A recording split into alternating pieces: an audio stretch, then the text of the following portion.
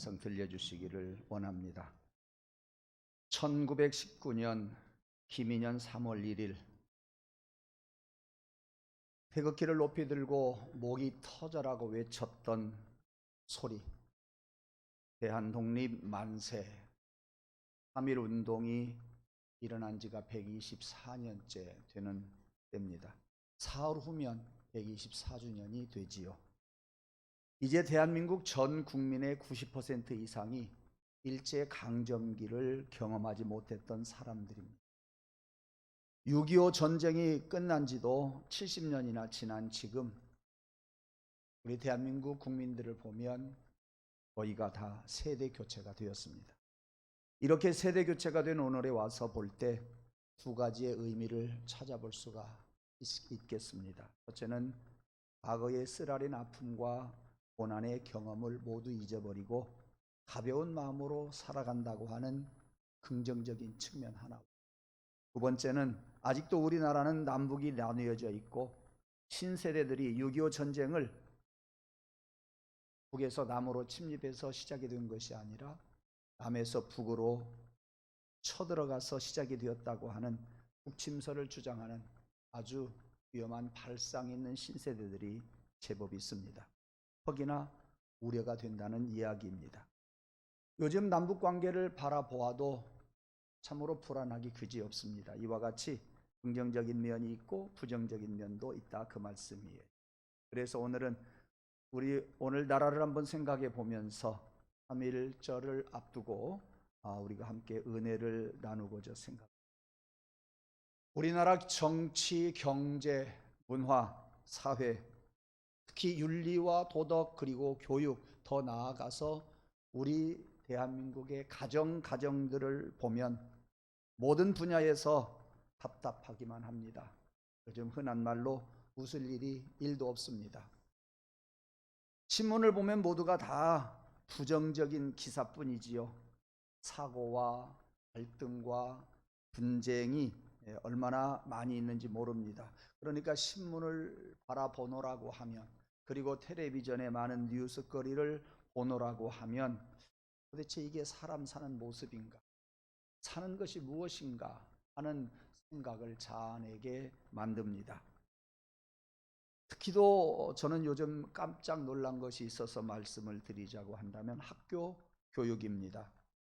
옛날에는 학생들을 학교 보내고 하루 종일 학교에서 공부하고 하교하고 와서 또 학원 가고, 학원도 한두 개가 아니라 3개, 4개씩 다니는 것을 엄마들이 자랑 삼아 이야기하는 것을 보면 학생들을 잡으려고 하는 것인지 교육을 시키려고 하는 것인지 모를 정도입니다. 한참 커야 하고 놀아야 하고 자라야 할 아이들이 아침부터 밤까지 얼마나 야단들인지 몰라요. 그것이 과연 진짜 교육일까, 이렇게 의심하기에 충분했습니다. 그런가 하면 요즘 깜짝 놀랐다고 하는 것이 뭐냐, 수업 시간에 학생들이 잠을 자도 선생님들이 소리 못 가르쳐야만 하는 그런 모습이 지금 제 눈에 선합니다. 교권이 많이 상실되었다는 이야기예요. 교권이 상실되어서 못 가르치겠다고 선생님들이 이야기합니다. 뉴스를 보니까 전국 교육대학교 입학을 지원하는 학생들이 없어서 기다리고 있어요. 깜짝 놀랐지요. 옛날에는 교육대학 하면 공부 잘하는 학생들이 갔어요. 근데 미달이다니까요. 왜일까요? 저출산이 가장 큰 원인이라고도 하지만 저는 그거보다도 교권이 무너졌다는 것, 이것을 또 들고 싶습니다. 선생님들이 가르칠 마음이 없어요. 힘이 없어요. 의지가 생겨나지를 않아요. 이렇게 되어버리고 말았습니다. 그래도 제가 오늘 여러분에게 말씀을 드리기 위해서, 그러면 우리에게 기쁨이 뭐가 있냐, 소망이 뭐가 있냐, 한번 억지로 찾아봤어요. 작년 하반기에 월드컵 경기에서 16강 진출했어요. 하나하나 올라가는 것을 볼 때 가슴을 졸이면서 응원을 많이 했습니다.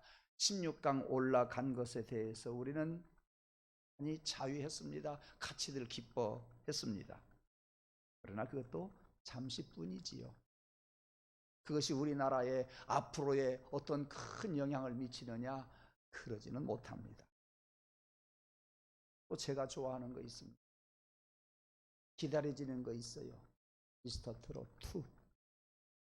제가 언젠가 말씀을 드렸어요. 여러분, 시청률이 22% 대단한 거잖아요. 트롯 열풍이 우리 대한민국 전역에 많이 퍼졌어요. 옛날에는 어른들의 노래였어요. 이제는 젊은이들의 노래, 어린 아이들의 노래가 되었습니다. 얼마나 많은 사람들이 좋아하는지. 여러분, 오해는 마세요. 제가 찬송가보다도 유행가를 더 좋아하는 건 아니에요. 트롯을 바라보면서 그들의 감성을 끌어내는 것이요, 제 가슴을 녹여요. 저러한 감성을 끌어내서 찬양하면 얼마나 좋을까. 그래서 가사를 보면은요, 찬송가보다도 트롯 가사가 더 감성을 끌어내도록 만들어내는 것 같아요. 저는 거기에서 감성을 많이 익히고 그것을 보면서도 찬송가를 어떻게 할까 많이 고민도 해봤어요. 연습도 해봤어요. 근데 잘 안 돼요. 제가 불러도요, 트롯의 감정이 훨씬 감성이 많이 나와요, 찬송가보다도. 그래서 내린 결론, 하나님이 나에게 그 믿음의 간절함이 있을 때 거기에서 내 믿음의 감성이 나오게 된다. 네. 저는 그래서요, 임예송 부를 때 제 감성을 다 해서 불러요. 예배의 첫 시작에 문을 여는 그 찬송이에요. 가끔 경배와 찬양할 때도 그 문을 열라는 가사가 많이 있잖아요. 예, 저는 그래서 트롯을 보게 되었어요. 보고 또 보기도 했어요. 그것이 좀 기쁨이었을까요? 그것은요, 우리가 살아가는데 한쪽 모퉁이의 하나의 자그마한 기쁨이에요. 예, 큰 기쁨이 아니다, 그 말씀이에요. 신방을 가보고 우리 성도들의 가정과 개인 젊은이들 어른들 할 것 없이 살펴보면 가슴을 쳐요. 입버릇처럼 드리는 말씀, 내가 해결할 수 없는 것들이 내 속에 몇 가지 있고요, 우리 가정이 사람의 힘으로 해결할 수 없는 것들이 몇 가지씩 지금 가정마다 있단 말이에요. 얼마나 안타까운지 몰라요. 질병 때문에 가슴 아파하고 경제적인 어려움 때문에 가슴 아파하는 그런 모습을 바라볼 때 제가 도와줄 수 없으니 신방 가서도 도와주지 못하고 돌아서야 하는 제 마음은 많이 아픕니다. 산다는 것이 저런 것일까? 산다는 것이 이런 것일까? 도대체 인간이 무엇일까? 이런 생각을 자아내기에 충분합니다. 그래서 성경은 너희는 웃으려면 차라리 울라. 왜일까요? 우리는 웃을 일이 많이 있는 것이 아니라 울 일들이 훨씬 많으니까 그런가 싶기도 해요. 너희는 웃으려면 차라리 울라 그랬어요. 정말 우리가 인생의 깊은 면을 들여다보면 웃을 일보다도 울 일들이 훨씬 많습니다. 그래서 그런지 성경에 보면 예수님께서도 우셨어요. 여러분, 성경에 예수님이 웃었다는 말씀 나와요, 안 나와요? 안 나와요. 예수님 사진에 활짝 웃는 얼굴이 있어요, 없어요? 없어요. 없어요. 언젠가 제가 예수님이 약간 미소 짓는 그림을 보았어요. 그걸 사가지고 와서 제 책상 앞에 보았어요. 미소 짓는 얼굴도 그리 많지 않아요. 예수님의 얼굴에도 무언가 그늘이 있는 것을 볼 수가 있습니다. 아니, 예수님의 활동 무대가 그래서 그럴까라는 생각도 해보네요. 예수님은 가난한 자들에게 많이 찾아갔어요. 병든 자에게 찾아가고요, 낙후된 곳에 찾아갔어요. 맞는 사람들을 보면 병들어 있는 사람, 가난한 사람, 귀신 들린 사람, 그야말로 불쌍한 사람들을 보다 보니까 웃을 일이 없었을까요? 맞는 이야기도 할 겁니다. 하여튼 예수님의 생애 중에서 웃었다는 말이 없어요. 우셨다고 하는 말씀이 있어요. 오늘 본문의 말씀이에요. 오늘 본문 말씀은 예수님이 예루살렘 성을 보시고 우셨다 그랬습니다. 여러분, 예루살렘이 어떤 곳입니까? 예루살렘은요, 그 이름의 뜻이 있어요. 뭐냐? 평화의 기초라는 뜻이에요. 예루살렘의 뜻은 평화의 기초라는 뜻이에요. 근데 오늘 본문 42절에 보니까 너도 오늘날 평화에 관한 일을 알았다면 좋을 뻔하였거니와 지금은 내 눈에 숨기웠도다. 다른 성경을 따와 봤어요? 한번 들어보시죠. 너도 오늘 평화에 이르는 일을 알았더라면 좋았을 텐데 그러나 지금 너는 그 일을 보지 못하는구나. 번역을 해 놓았습니다. 평화의 기초가 되는 예루살렘을 보면서 예수님이 우셨다 그 말이요. 왜요?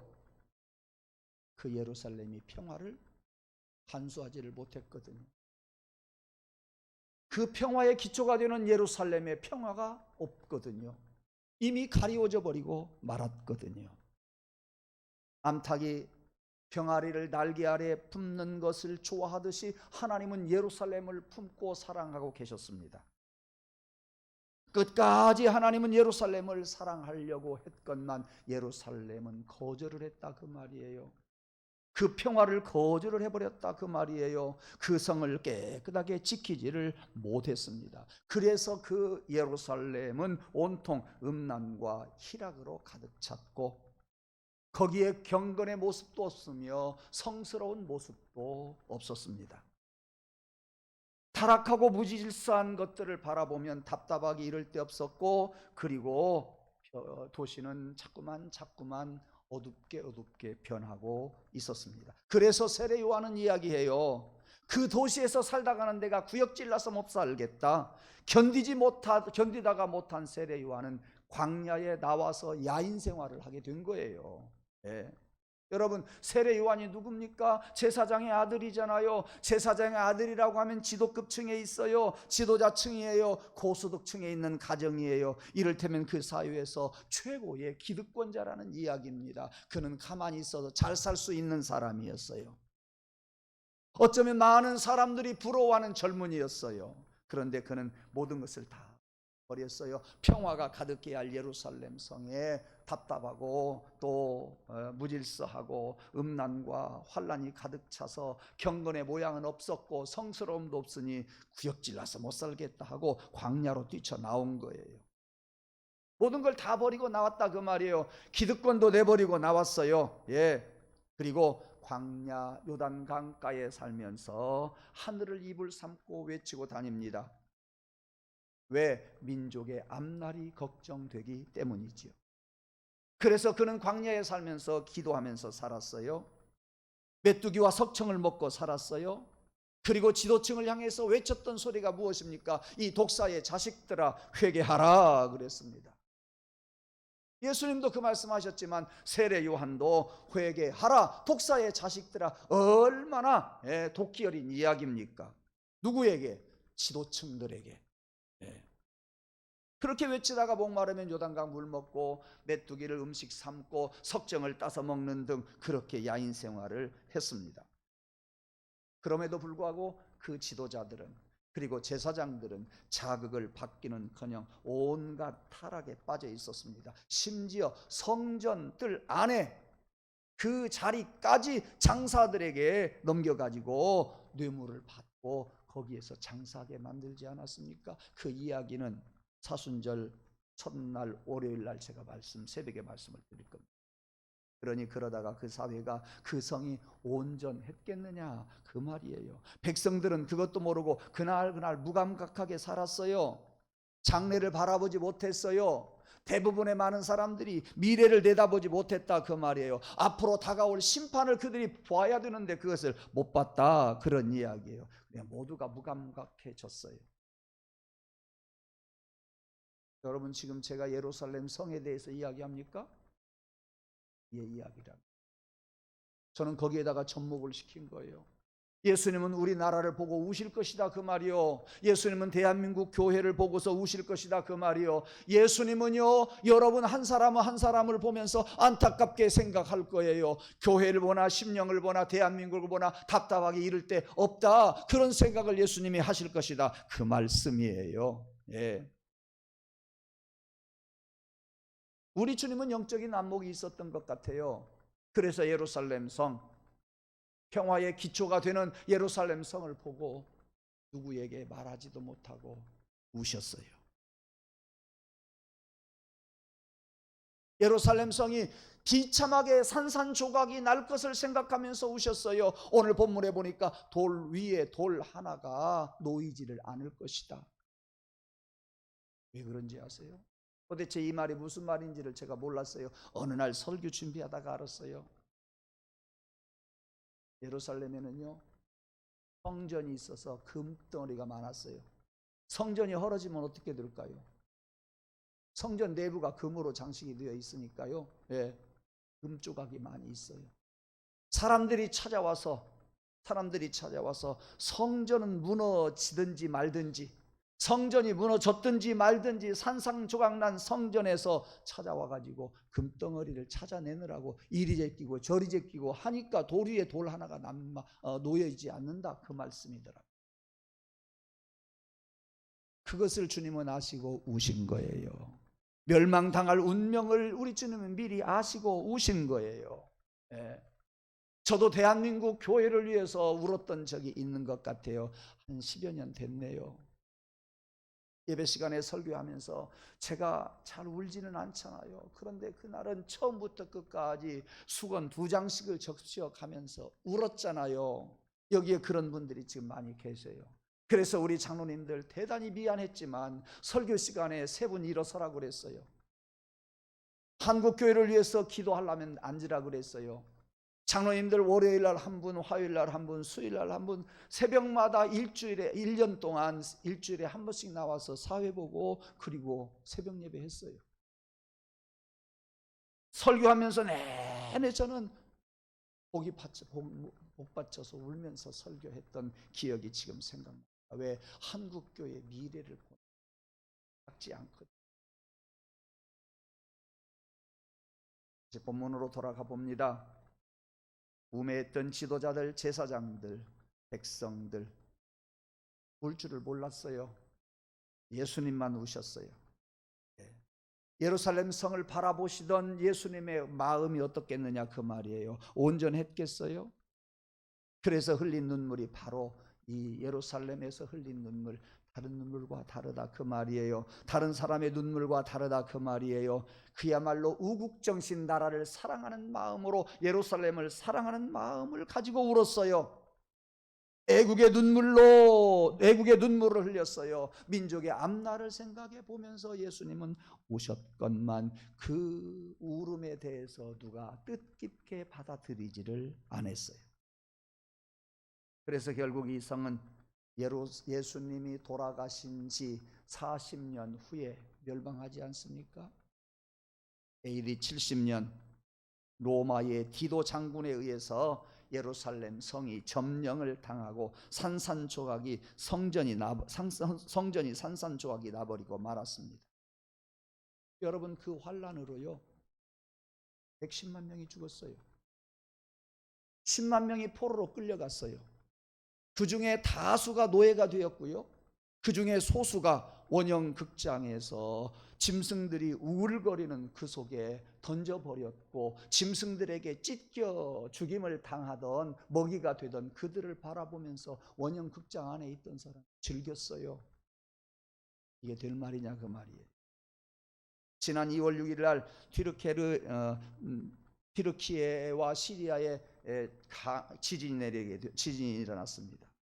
지금 5만여 명이 죽었다고 이야기해요. 그런데 그 당시에 죽은 사람이 110만 명이라니까요. 포로로 끌려간 사람이 10만 명이고요. 노예가 된 사람이 많이 있었고, 원형극장에서 희생된 사람이 또 있었어요. 찢겨 죽었어요. 생각해 보세요. 네. 그럼에도 불구하고 우매한 민족은 다시 하나님 앞에로 돌아설 수 있는 의지도 없었어요. 변화할 줄도 몰랐어요. 왜? 미래가 안 보이니까요. 3.1절 124도를 보내면서 우리 민족의 앞날을 우리가 한번 생각해 볼 수 있기를 원합니다. 사순절을 맞이해서 우리가 삼일절을 어떻게 우리가 맞이해야 할 것이며 사순절을 어떻게 보내야 할 것인가 하는 것쯤은 우리가 한번 말씀을 들으면서 생각할 수 있어야 합니다. 우리 민족도 장래가 있다고만은 볼 수 없어요. 몸부림은 치지만 장래가 그리 밝다고만은 볼 수가 없습니다. 아까도 말씀을 드린 것처럼 오늘 우리는 예루살렘 성을 보시고 우셨던 예수님이 한국 교회를 보고 우실 것이다. 대한민국을 보고 우실 것이다. 이런 예수님의 눈물이 있을 것임을 여러분들이 생각하면서 여러분의 신앙을 다시 되잡아 보기를 원합니다. 여러분의 신앙을 다시 한번 점검해 보기를 원합니다. 여러분의 신앙을 통해서 예수님의 울음을 웃음으로 바꿀 수 있는 우리 주님함 교회가 되기를 간절히 원합니다. 예. 여러분, 한 나라의 멸망은요, 외침에 있지 않아요. 기억하세요. 우리나라가 반만년 역사 속에서 4,700번의 외침이 있었지만 굳굳이 이렇게 서 있어요. 그런데 중요한 것은 뭐냐? 우리 대한민국의 큰 적은 외침이 아니라 내적인 것에 있다고 하는 거예요. 아까 말씀을 드린 것처럼 윤리와 도덕이 땅에 떨어졌고 찾아볼 수 없게 되었습니다. 복권이 무너져 버리고 말았습니다. 예.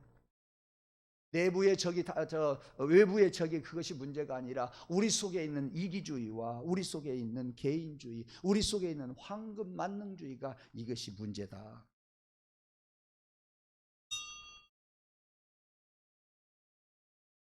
저는 어제 잠 못 자고 설교 준비했는데 그분들도 잠을 못 잤나 봐요. 주무시고. 우리 대한민국이 망한다는데 주무시고 계신다니까요. 대한민국 망하면 나하고 아무런 상관이 없나요? 오늘은 별로 없었거든요.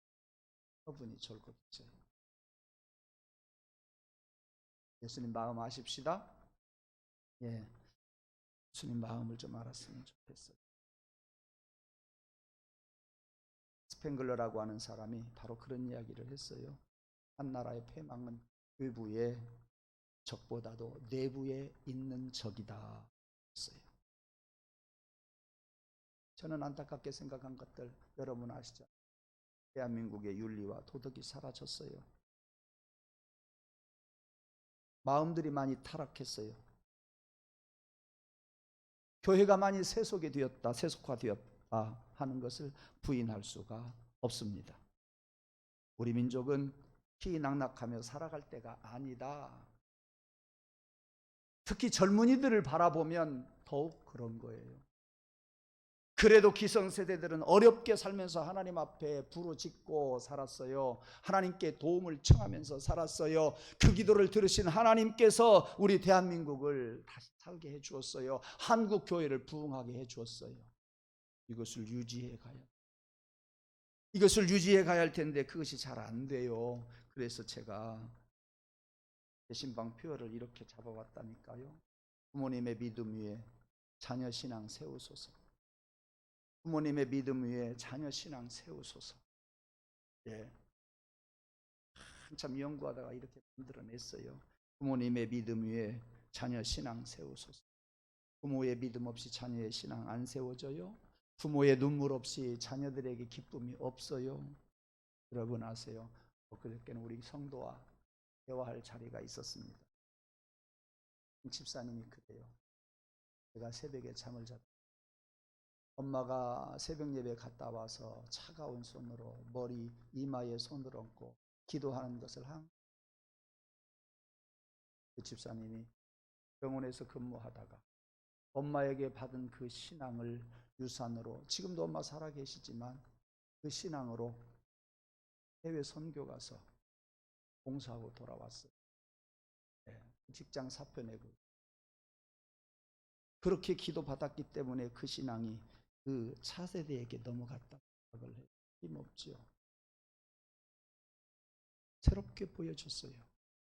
그 부부를 통해서 이야기를 들었을 때 제가 그 가정을 새롭게 보았어요. 하나님, 그 가정 자녀들에게 축복해 주옵소서. 할머니의 신앙이 이어지게 하옵소서. 외조모 로이스와 어머니 유리게의 신앙이 디모데에게 임하고 그가 목사가 된 것처럼 손자에게, 아들에게, 딸에게, 그리고 손녀에게, 며느리에게 축복하옵소서. 그렇게 기도하면서 왔어요. 공무원은 공무원의 도리를 해야 합니다.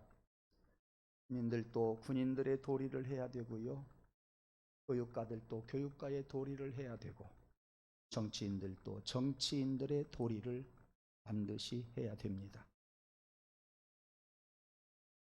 목회자들이 목회자의 도리를 제대로 잘 해야 할 것입니다. 그러지 못하면 신의가 없어져 버리고 맙니다. 도리가 없어져 버리고 맙니다. 불신과 갈등만 남게 될 것입니다. 많이 무너져 내린 이 사회가 그렇게 신의가, 도리가, 또 불신이, 갈등이, 이런 것들이 가득하다고 한다. 우리 대한민국의 앞날은 지 못합니다. 이런 세대에 이제 우리가 해야 할 일이 뭐냐? 이것이 3.1절을 맞는 우리의 자세를 한번 말씀을 드리고자 하는 거예요. 사순절에 우리가 찾아야 할 신앙의 자세를 지금 말씀드리고자 하는 거예요. 이것으로 저는 결론을 내리려고 생각을 합니다. 우리 민족을 다시 살게 하는 것은요, 신앙밖에 없다니까요. 아까 말씀을 드린 것처럼 교육 가지고 안 돼요. 우리 대한민국의 정치 가지고 됩니까? 안 돼요. 경제 가지고, 돈 가지고 안 돼요. 군인들이 하느냐? 안 된단 말이에요. 이제 남은 것은 하나님밖에 없단 말이에요. 우리의 신앙밖에 없다 그 말이에요. 여러분 자녀들에게 가르친다고 되느냐? 안 돼요. 대단히 죄송하지만 안 된다 그 말이에요. 하나님 앞에 자녀를 위해서 기도하는 것밖에 없어요. 자녀들에게 이마에 손을 얹고 기도하는 것밖에 없어요. 자녀들에게 이렇게 하라 저렇게 하라 말하지 마세요. 안 들어요. 기도만 해주세요. 기도만 해주세요. 그것이 훨씬 자녀들의 교육이 큽니다. 기도만 해주세요. 이제 우리가 해야 할 일은 기도밖에 없어요. 우리가 해야 할 일은 하나님을 믿는 신앙밖에 없어요. 하나님은요, 우주 역사를 주관하시는 하나님이세요. 우리가 하나님 앞에 기도하는 일밖에 없어요. 이 사순절 기간 동안에 우리가 해야 할 일이 뭐냐? 주님의 십자가 바라보는 거예요. 아담으로 인해서 세상에 죄악이 들어오게 되었는데 예수 그리스도의 십자가로 인해서 세상이 구원을 얻게 되었어요. 골고다 산상 조그마한 그곳에서 예수님이 십자가에 달려 죽으심으로 온 인류를 구하게 되었어요. 그러니 예수님을 믿는 그 신앙 가지고 하나님 앞에 기도하면 대한민국 조그만한 이 나라 하나님이 구원해 주실 줄로 믿어요. 하나님이 다시 이 민족의 윤리와 도덕을 회복시켜 주실 줄로 저는 믿습니다. 이것이 여러분을 회복시키고 이러한 십자가 사건이 여러분의 가정을 회복시키고 한국 교회를 시키고 대한민국이 다시 세워지게 될 줄로 믿습니다. 이 사순절 기간에 그래서 우리는 청년들을 위해서 기도하자고 하는 거예요. 각 기관별로 나와서 함께 기도하자고 하는 거예요. 우리 청년들 한 사람 한 사람, 우리 어른들이 자매 결연을 맺고 기도하자고 하는 거예요. 우리 청년들, 우리 대한민국의 미래요. 우리 청년들, 우리 가정의 소망이라 그 말이요. 여러분들은 나이가 들어갑니다. 젊은 세대들은 자라납니다. 그들이 우리 교회를, 그들이 우리 가정을, 그들이 우리 사회와 나라를 앞으로 이끌어 가야 된단 말이에요. 그들에게 하나님의 말씀을 가슴속에 심어주자고요. 나를 위해서 기도한 엄마의 모습을 심어주자고요. 나에게 늘 말씀하시는 하나님의 말씀이 그들의 머릿속에 가득하도록 해주자 그 말이에요. 여러분들이 기도해 주시고 여러분들이 하나님 앞에 매달리면 하나님이 그 일을 이루실 줄로 믿습니다. 이제 3.1절이 지난 지도 벌써 124년 되었습니다. 그 환란의 역사는 지나갔습니다. 지난날의 그 처참했던 역사를 우리가 되돌이켜 보면서 우리는 생각을 많이 해야 됩니다. 뭔 생각? 정치가 안 된다, 돈이 안 된다, 군인들이 안 되고 교육 가지고 안 된다. 하나님의 말씀으로 된다, 성령으로 된다, 주님의 십자가로 된다. 주님의 크신 은총이 우리의 기도와 함께 여러분의 자녀들에게 임하게 될 줄로 믿고 우리 교회에 임하게 될 줄로 믿고 한국 사회에 하나님의 은혜가 넘쳐나게 될 줄로 믿습니다. 그러므로 사순절을 맞아서 여러분들이 자녀들에게 이렇게 하라 저렇게 하지 말고 주님께로 돌아오십시오. 골고다 산상에서 돌아가신 우리 주님의 십자가를 여러분들이 붙드시고 여러분들이 기도하고 믿음으로 매달리는 간절함을 보고 자녀들이 배우게 될 것입니다. 젊은 세대들이 우리의 모습을 보고 배우게 될 것입니다. 그들은 우리의 미래요, 그들은 우리의 소망이에요. 여러분 기도해 주시기를 바랍니다. 십자가 딱 붙들고 가는 여러분 되시고, 사순절 기간 동안에 경건하게 살아가고 십자가 붙들고 살아가면서 우리 젊은이들을 위하여 기도해 주시기를 바랍니다. 기도하겠습니다.